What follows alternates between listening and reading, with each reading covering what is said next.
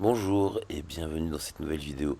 Si tu veux récompenser notre travail, n'oublie pas de t'abonner, n'oublie pas de mettre un petit pouce, n'hésite pas à publier des commentaires et va voir dans la description pour récupérer plein de cadeaux sympas. Bonjour et bienvenue dans cette nouvelle vidéo où nous allons parler pendule, comme d'hab, depuis un petit bout de temps. Alors, aujourd'hui on va voir comment laver et comment réénergiser son pendule. Alors, j'ai peut-être oublié de le dire la dernière fois, mais quand on acquiert un nouveau pendule, moi ce que je conseille, c'est de passer quelques jours avec lui en contact permanent.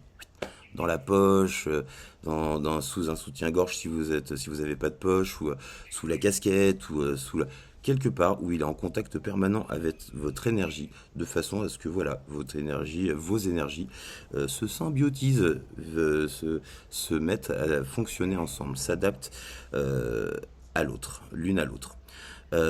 Voilà. Euh, Au bout de quelques utilisations, votre pendule peut-être qu'il va moins bien réagir. Euh, Ça sera peut-être le temps de faire un petit nettoyage. Alors, pour nettoyer un pendule, en tout cas pour le réénergiser, il y a plusieurs solutions. Alors, passer un pendule sous l'eau, si c'est une pierre, c'est très bien. Ok, sous l'eau avec un petit chiffon. Si c'est du bois ou si c'est du métal, c'est un petit peu moins bien. Donc, il y a plusieurs techniques. Moi, j'aime beaucoup les ondes de forme, d'accord. Je vais utiliser, j'ai tout un tas d'ondes de forme à disposition. Je vais utiliser des fleurs de vie, des graines de vie, la merkaba, j'aime bien. Donc tout simple, hein, vous prenez, par exemple, vous faites une impression, une photocopie, avec par exemple une fleur de vie ou n'importe quelle onde de forme de géométrie sacrée que vous aimez. Vous mettez votre pendule ou vos pendules à l'intérieur, ça va les recharger naturellement.